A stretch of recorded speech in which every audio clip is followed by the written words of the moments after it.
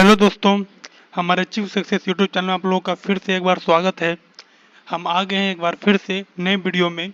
पिछले वीडियो में मैंने आपको बताया था रिसीप्ट और पेमेंट का जर्नल एंट्री करने के लिए, और आज आपको बताने वाले हैं सेल्स और परचेज का एंट्री करने के लिए। जैसे मैंने आपको बताया है कि जो बिजनेस में जो सबसे ज़्यादा वाउचर्स यूज किया जाता है वो होता है रिसीप्ट, पेमेंट, सेल्स और परचेज। ये चार वाउचर्स एक दिन में सबसे ज़्यादा यूज किया जाता है। लेकिन हमें सभी वाउचर्स के बारे में जानना जरूरी है अगर हम कंप्लीट अकाउंटेंट बनना चाहते हैं। हर वाउचर्स को समझना और हर वाउचर्स में काम करने हमें आना चाहिए। लेकिन ज़्यादातर यूज किया जाता है रिसीप्ट, पेमेंट, सेल्स और परचेज। तो रिसीप्ट और पेमेंट के बारे में आप लोगों को बता दिया है। तो आज सेल्स करने वाले हैं। जब भी कोई आइटम सेल्स करते हैं तो उसका एंट्री कैसे करेंगे और उसका बिल कैसे बनाएंगे। तो चलिए शुरुआत करते हैं। सबसे पहले हम वाउचर्स में आएंगे। कोई भी एंट्री करने के लिए हमें वाउचर्स में जाना होता है। वाउचर्स में आ गए हैं तो जैसे ही हम वाउचर्स में आते हैं तो सबसे पहले पेमेंट का वाउचर सामने आता है। तो मुझे सेल्स का एंट्री करना है। तो सेल्स का जो फंक्शन की है वो F8 है। F8 जैसे ही इंटर क्लिक करते हैं तो इस तरह हमारे सेल्स का वाउचर आ जाता है। हम सेल्स करने वाले हैं तो यहाँ पे पार्टी का नाम यानी कि कस्टमर का नाम यहाँ पे डालना होगा। तो कस्टमर का नाम यहाँ पे हमें बनाना होगा। नई कंपनी है तो हमें सभी लेजर क्रिएट करना होगा अल्ट सी करके। जैसे रमेश ट्रेडर्स, हम इसे सेल करने वाले तो ये हमारे लिए सन्डी डेप्टर्स है। ये हमारा कस्टमर है तो कस्टमर हमेशा सन्डी डेप्टर्स होता है। इस तरह से कंट्रोल ले करके वो पार्टी का डिटेल्स हम जो भी देना चाहे तो यहाँ पे डिटेल्स दे सकते हैं। उसका एड्रेस वगैरह और पिन कोड कुछ भी देना चाहे तो हम दे सकते हैं। इस तरह से कंट्रोल ए करके इसको सेव करते हैं। पार्टी क्रिएट हो चुका है। इस तरह फिर हम कोई आइटम सेल करने वाले हैं तो वाउचर मोड को हमें चेंज करना होगा। तो कंट्रोल एच करके वाउचर मोड को चेंज करेंगे। तो आइटम इनवॉइस में आएंगे। आइटम इनवॉइस आने के बाद हमें कुछ आइटम सेल करना है।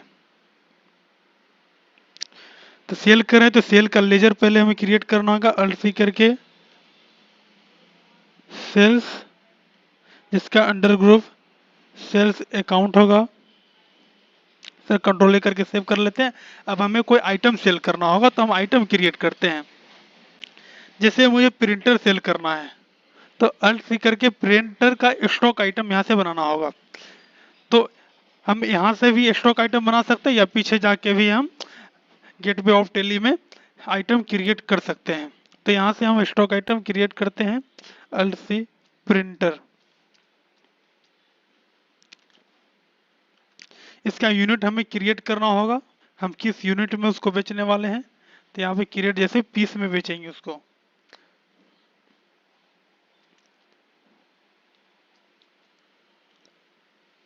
सर कंट्रोल लेकर के इसको भी सेव कर लेते हैं। कंट्रोल लेकर के स्टॉक आइटम को सेव कर लेते हैं। तो हमें क्वांटिटी देना होगा जिससे 10 पीस प्रिंटर सेल करते हैं। यहाँ पे 10 पीस डाल देते हैं।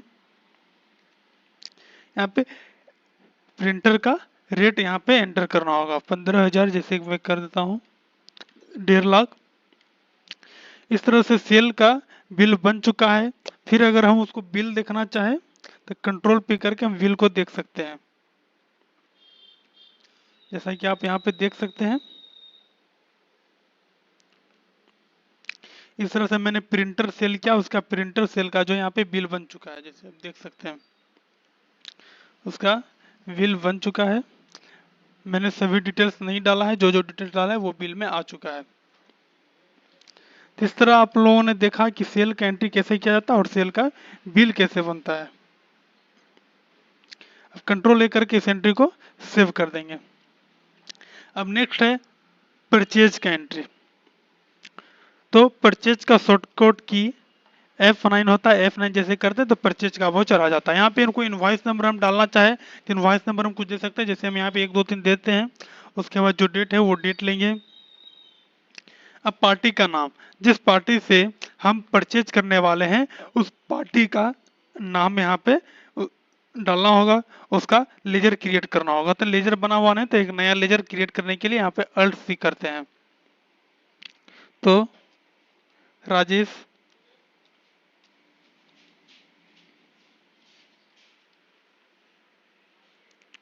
राजेश इंटरप्राइजेज, ये हमारे लिए सन्ड्री क्रेडिटर्स है। जी, जब भी हम परचेज करते हैं तो जिससे परचेज करेंगे वो हमारा सन्ड्री क्रेडिटर्स होगा। तो ये हमारे लिए सन्ड्री क्रेडिटर्स है, यानी कि लेनदार है। ये हमारे लिए लेने वाला हो गया। सबसे कंट्रोल लेकर के इस स्क्रीन को सेव करते हैं।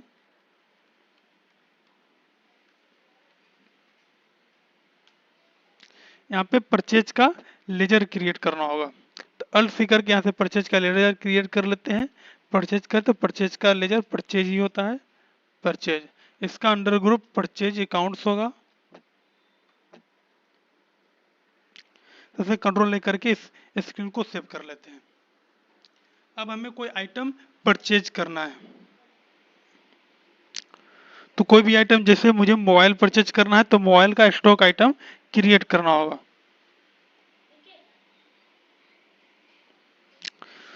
तो मोबाइल का यहाँ से स्टॉक आइटम हम क्रिएट कर रहे हैं। इसका भी यूनिट्स पीस ही होगा। तो इस तरह कंट्रोल लेकर के इस सीन को भी सेव कर लेते हैं। तो मोबाइल का क्वांटिटी जैसे 15 पीस, उसका अमाउंट 10,000 जैसे डाल देते हैं। तो इस तरह 1.5 लाख का एंट्री हो चुका है। तो कंट्रोल लेकर के इस एंट्री को सेव कर लेते हैं। तो जो भी हम एंट्री करते हैं उसको फिर देखने के लिए, किया गया एंट्री को देखने के लिए फिर डेबुक में जाते हैं, तो सारा जो हम एंट्री आज किए हैं वो यहाँ पे दिख रहा है। जैसे पहले मैंने सेल किया तो सेल का एंट्री फिर एंटर करके उसको देख सकते हैं। कुछ चेंज करना हो तो हम यहाँ से चेंज भी कर सकते हैं। फिर पीछे जाएंगे,